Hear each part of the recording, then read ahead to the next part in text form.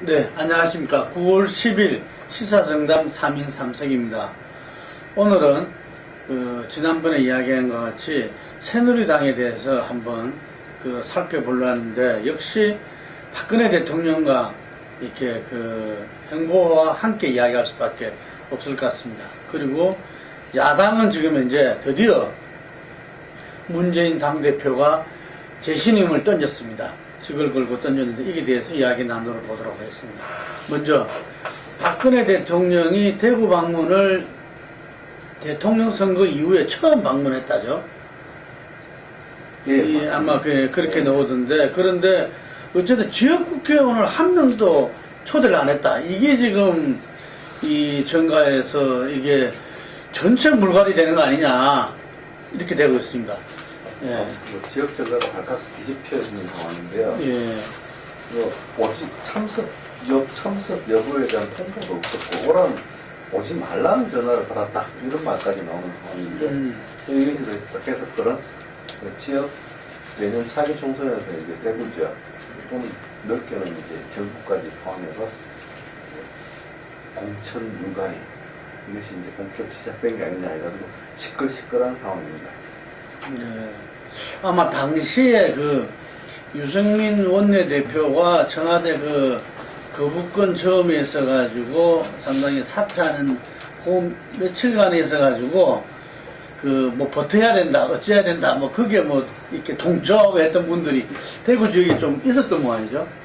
네, 그렇게 알려지고 있는 것 같습니다. 그리고 이건 뭐 대통령이 지금 시점에서 이렇게 대구에 방문을 하면서 이제 청와대 측근들을 대동하고 있는데, 이 부분이 몇 면들이 다 대구하고 연고가 있는 사람들이라서 그 사람들을 내년에 공천을 하기 위한 사전 포석이 아니냐, 이렇게 이제 분석하는 시각도 있는 것 같습니다. 평상시에는 수행을 안 했던 분들이죠.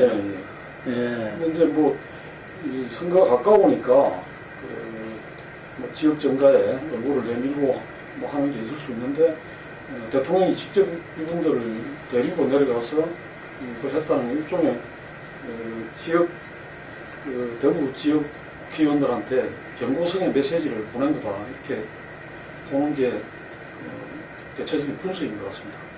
당시에도 보면은 유승민 원내대표 사퇴할 때도 내년 총선에 공천을 받을 것이나, 이게 상당히 관심사였어요. 네. 근데 최근에 청와대에서는 낙천이 이하의 공공연히 나온다면서요.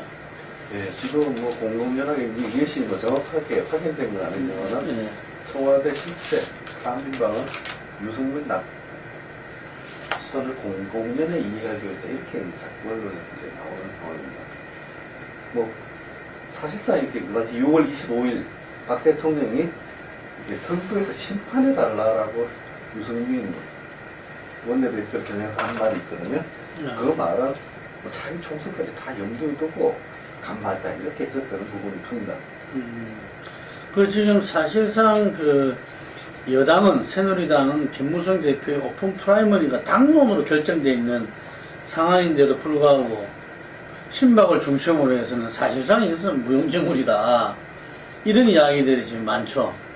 그러니까 이제 김무성 대표 오픈 프라이머리 이제 전 지역구 전략 공천 없이 하겠다는 부분도, 박 대통령 이번 행보가 물갈이 신호를 받아들이면서 사실상 이건 뭐 정쟁용 구호 이상 또 이하도 아니다, 이렇게 비춰지고 있는 현실입니다. 근데 그것은 저렇게 봐야 될 것 같습니다. 그러니까 대통령 지지도가 이제 8월 25일 남북 문제가 일단 고위급 저축에서 풀리고, 그 다음에 중국 방문하면서 치솟고, 뭐 이렇게 하면서 대통령 지지도가 상당히 이제 지금 반등한 하고도 연관이 있다고 봐지고, 그걸 가지고 그런 지지도를 등에 업고 대구를 내려가서 이런 행보를 했다는 것은 내년 총선에 저거 없이, 그러니까 소위 말해서 내임덕이라든가 뭐 어떤 힘의 공백이 없이 대통령이 끝까지 당을 자기가 끌고 가겠다는 의지를 밝히는데, 이 부분은 역시 이제 비박계로서는 이대로 또 앉아서 당할 수 없기 때문에 어느 시점에 가면 공천을 둘러싼 공격적인 힘겨루기, 이런 여건 내의 어떤 그런 전면전의 양상으로 치달을 가능성도 있다 이렇게 봐야 될 것 같습니다. 그런데 이제 기존에 우리가 그 대통령대에서 그 전에 이렇게 집권 이렇게 3년차 이후에 그런 총선 이럴 때 현직 대통령과 이렇게 다음 차기 대통령 후보를 가진 여당 관계에서 보면 암만 해도 이 현직 대통령이 좀 여러 가지로 좀 이렇게 이 모양새를 갖다가 좀 낮추는 이런 경우인데 현재 새누리당은 내년 총선에는 다를 수밖에 없다고 봐요.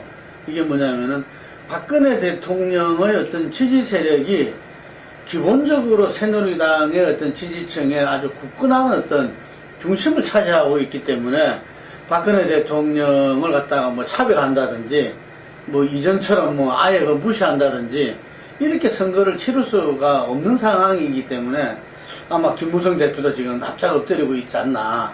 그래서 그 전에 아마 한판 승부보다는 결국은 총선 이후로 넘어갈 수밖에 없고 아마 거기에서는 지혜로운 어떤 이 모습을 지도부지만 어쨌든 비박 지도부가 가져갈 수밖에 없는.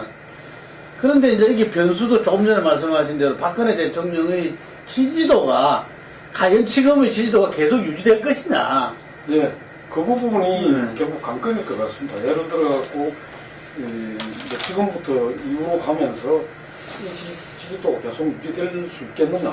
경제 상황이라든가 여러 가지가 또 다시 작용을 할 거고 또 이 국감 들어가면서 야당으로부터 또 일정한 공세가 있을 거고 한데 거기서 어떤 문제가 어떻게 불거져 나오고 또 그거에 대해서 여건이 어떻게 반응을 하느냐에 따라 가지고 상당히 좀 그 변수들이 작용할 수 있기 때문에 그런 걸 좀 지켜봐야 되고 그 다음에 이 우리가 잘 알다시피 박근혜 대통령의 성격이라든가 이런 부분들이 이 뭐 이렇게 좀 그걸 두는 여지를 두고 이 타협을 하고 내지는 뭐 친이나 비박도 이렇게 다독거리는 이런 스타일이보다는 자신의 눈밖에 벗어나는 가차없이 가는 거기 때문에 지금에서 만약에 아니 나는 이거 완전히 아웃이다 이렇게 생각되는 사람들이라면 거세게 저항할 수밖에 없는 그런 부분도 있지 않겠나. 그런 것들이 이제 합쳐져서 작용을 할 것이다. 그러나 조금 전에 말씀하셨듯이 김무성 대표의 선택은 폭이 그렇게 넓지는 않은 것 같습니다. 하여간 이번에 같이 수행한 청와대의 그 비서진 안종범, 신동철, 안봉건, 천영식 들은 상당히 그 언론에 집중 조명을 받으면서 만약에 출마한다면 아주 뭐 큰 캠페인을 효과를 벌렸다고 볼 수 있겠네요. 예, 다음은 그 야당입니다. 그 새정치연합에서 드디어 마지막 그 혁신이 10차 혁신안이 발표가 되자마자 이 문재인 대표가 재신임 직을 걸고 재신임을 던졌어요. 이 상황이 좀 이렇게 뭔가 그 예견된 것 같기도 하고 어떻습니까? 이게 안철수 또 천정배 만나자마자 오전에 만났는데 그 오후에 한 2시쯤에 그 성명 발표를 한 모양인데 상당히 긴박하게 그날은 돌아갔다고. 예. 그러니까 이제 타이밍은 그렇게 봐야 될 것 같습니다. 먼저 이제 혁신안이 나온, 10차 혁신안이 나오는 시점에서 비주류 쪽이 일제히 이제 좀 공세에 들어갔고, 그 부분에서 제일 이제 그 중요하게 봐야 될 것은 역시 안철수와 천정배 표동이 의미가 있지 않았나, 이렇게 봐집니다. 그 부분이 나오면서 또 한 가지 중요하게 봐야 될 부분은 범주리라고 볼 수 있는 정세균 의원이 10차 혁신안 내지는 이때까지 이제 흐름에서 좀 벗어나서 윤 대표 쪽에 공세를 취하는 이런 걸로 가면서 주류 일각의 이제 이탈 가능성까지가 대두가 됐던 것 같습니다. 그런 데서 한번 합쳐서 좀 당내에서 그 위기 상황에 봉착한 게 아니냐고 승부수를 던진 것 같습니다. 근데 저는 뭐 이게 그 문재인 대표로서는 승부수였지만은 어떻게 보면 안타깝게 좀 무피공 강을 건넜다. 되돌릴 수 없는 길을 가버린 거 아닌가. 다시 말해서 좀 내부를 다독이면서 어떤 그 전체를 안을 수 있는 여지는 이제 사라진 거 아닌가 이렇게 봐지는 것 같습니다. 예, 지금 뭐 재심 부분에 대해서는 비주류들은 뭐 별 평가를 지금 좀 재심 투표에 대해서는 안 하는 것 같아요.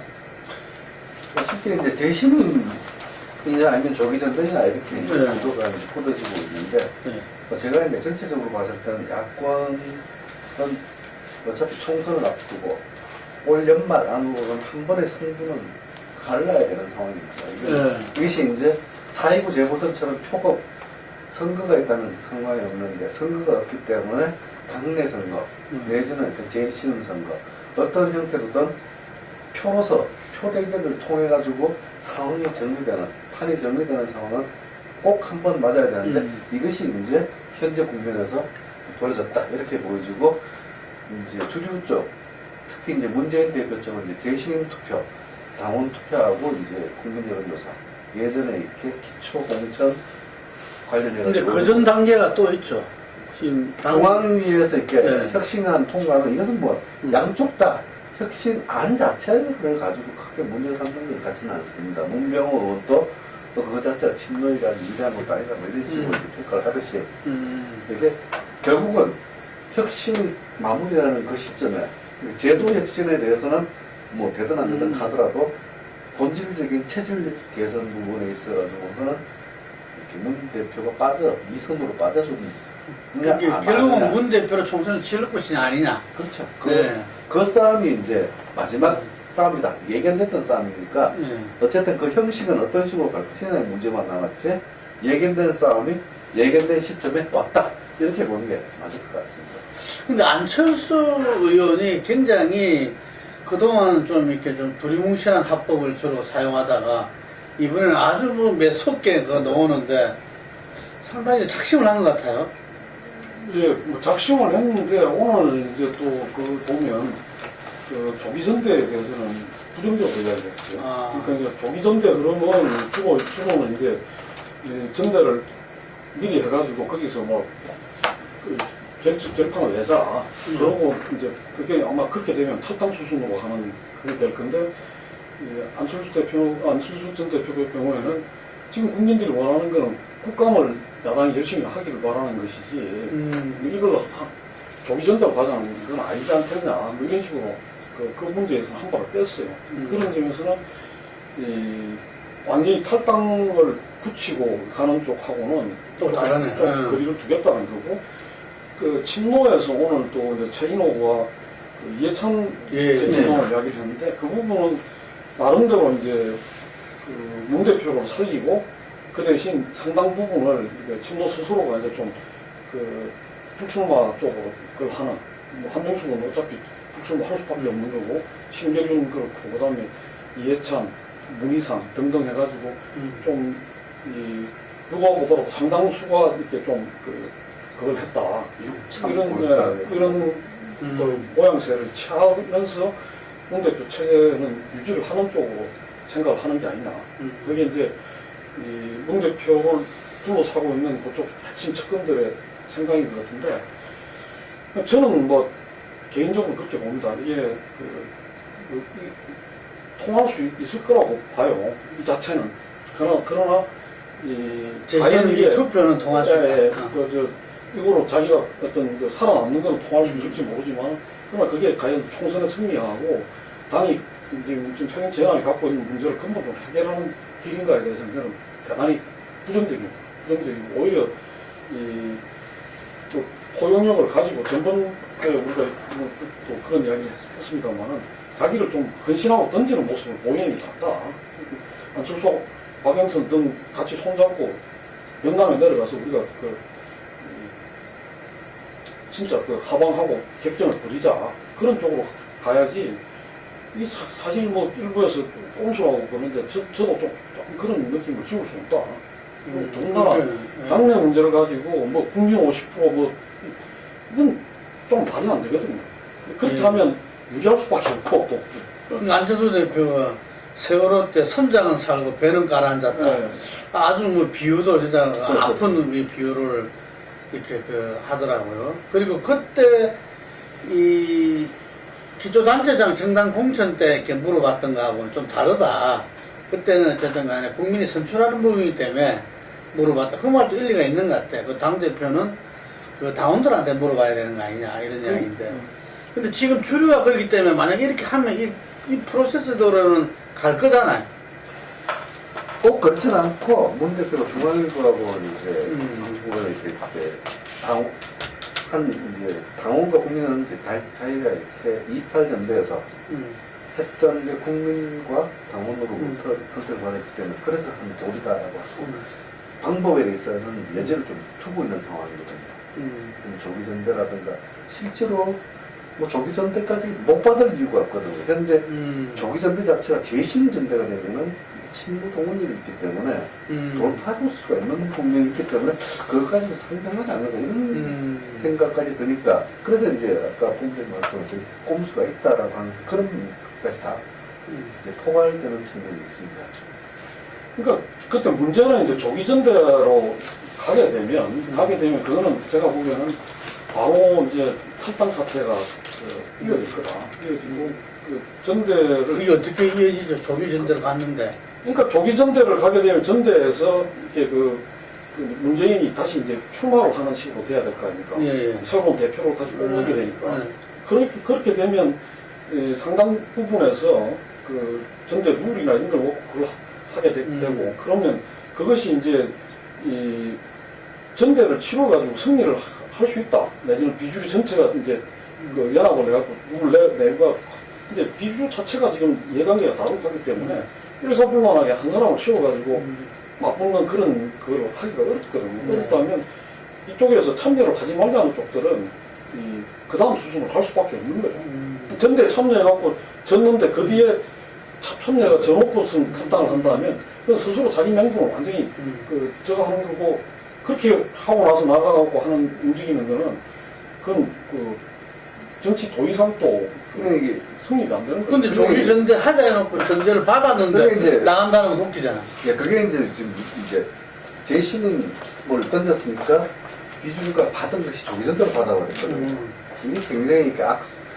옆에서 조기전대는 오히려 이게 문재인 대표가 그까지 생각했는지 안 했는지 모르겠지만 재신임 전대가 되면 문재인 대표 탄이 돼버린다.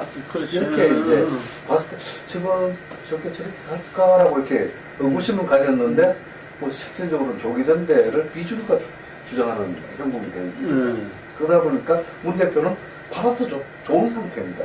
제가 옆에서 판단하게 되는 그런 상황인데 그 부분들은 조금 참 상황이 애매한 부분이 있다고. 2012년이나 그 다음에 그 이후에 전당대에서 또 이렇게 봤지만 어쨌든 이 표결로서는 친노가 강한 결집력을 갖고 있기 때문에 이 비주류나 이쪽에서 그 넘어서기가 좀 어렵지 않나 이런 생각도 들더라고요.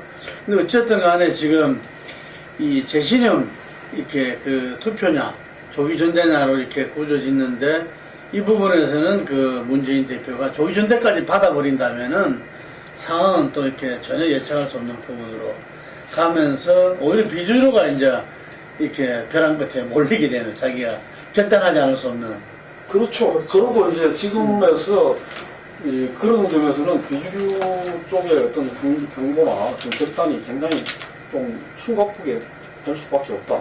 그래서 지금 핵실안이 중앙이 통과되는 문제, 그 다음에 이제 이 재신임 를 묻겠다고 한 부분에 대해서 어떻게 대처하느냐는 문제, 그 두 가지를 놓고 상당히 고심들을 할 수밖에 없을 거다. 그리고 이게 조만간에 어떤 형태로든 보강할 수 있다고 생각해요. 어떻게 보강하는? 비주류 쪽에서 조기전대 쪽으로 주류가 받았을 때 받기 전에 이제 이해찬 아까 이라든가 여러 가지 부분을 가지고 이렇게 뭐 다시 해보자 뭐 이런 그리고 봉합을 할 수 있는 국면도 있으라고 봅니다. 지금 정세균 대표는 그 와중에 이제 모든 세력이 모여가지고 연석회의 속에서 그 일종의 비대위죠. 이게. 그렇죠. 선대위, 조기전 선대위 또는 이렇게 비대위, 그러니까 각 개파에서 수장들이 전면에서는 그런 모양새. 근데 그게 이제 과연 국민들이 바라고 원하는 길인가 이런 부분은 또 다른 것 같아요. 하여간 문재인 대표가 이제 카드를 내놨으니까 그동안 여러 갈래로 이렇게 좀 이렇게 나눠져 있던 이른바 비주류에서 이게 뭔가 결단을 해야 될 시기가 지금 왔다. 볼 수 있겠네요. 네, 그러니까 다만 분명한 거는 어떤 쪽으로 가더라도 지금 시기에 이런 거가 그 야당의 근본적인 문제를 해결을 하고 내년 선거에서 내년 총선에서 야당이 보다 뭐 새롭게 좀 변화된 모습으로 대우가 정비가 돼가지고 당당하게 좀 그 지지를 호소하는 모습으로 비치겠느냐 하는 데 있어서는 부정적이고 그런 점에서는 참 지금에 벌어지고 있는 상황에 대해서 당에 좀 책임 있는 애정이 있는 사람들이라면 전부 다 저는 적을 해야 된다. 자기들 책임을 솔직하게 인정하고 해야지 뭐 너무 잘못하다고 너무 따질 이게 아닌 거 아니냐 그렇게 봐지는 것입니다. 근데 한편으로서는 이제 요런 국면 자체가 새정치연합이 혁신을 하고 있구나. 비로소 조명을 받았습니다. 이게 좀 역설적인데 비로소 이렇게 제도 혁신이 뭔지 체질 혁신이 뭔지 이게 뭘 말하고 있는지 비로소 이제 스피커들이 이렇게 소리들이 이렇게 국민한테 들리는 측면이기 때문에 또 아주 부정적이지만은 않다고 또 봅니다. 그게 이제 그런데 한편으로는 또 그렇거든요. 지금 이제 그런 이야기까지가 제기가 되는데 경제민주화 복지 전번 총선에서 그거 했는데 이제는 외교나 남북 문제에 있어서도 주도권을 완전히 보수한테 내어주는 거 아니냐. 그러면 도대체가 야당이 더 잘할 수 있는 지금 여당보다 더 잘할 수 있는 분야가 어떤 거고 또 어떤 정책을 갖고 나라를 운영하고 경영하겠냐는 부분에 대해서 그런 걸 놓고 좀 고민하고 그런 걸 놓고 이제 서로 어떤 인론을 가지고 싸우고 이런 모습을 보여야 되는데 맨날 니 물로 나라 이탄 냈다 하는 그거가 지금 몇 달을 반복을 하고 하니까 이게 조금만 더 지리매달한 모습을 반복하게 되면 아마 지지자들조차도 많이 더 돈을 돌리지 않겠나. 진짜 위기가 찾아올 수 있다. 그렇게 봐집니다. 이게 지지 기반 지역에서의 신뢰 회복과 취약 지역, 취약 계층에서의 새로운 도전 이러면서 이렇게 이 국가 발전의 어떤 이 아이디어와 이 전략을 가지고서 국민들이 신뢰를 받는 아마 야당의 그날이 이 마지막 승부 뒤에 올 것이냐 아니면 오히려 더 이렇게 이 마지막 승부를 통해서 정말 이렇게 완전히 망가되고 새로운 어떤 출발을 할 것이냐. 하여간에 이 국감을 앞두는 시점에서 오히려 국감은 뒷전으로 되고 지금 이 부분에 초점이 있으니까 이 역시 좀 실망스러운 부분일 수도 있는데 하여간 앞으로 지금 그 야당의 행보는 상당히 금방 역설적으로 국민이 주목을 받을 수밖에 없게 되겠습니다. 오늘 여기까지 하겠습니다. 몇 분?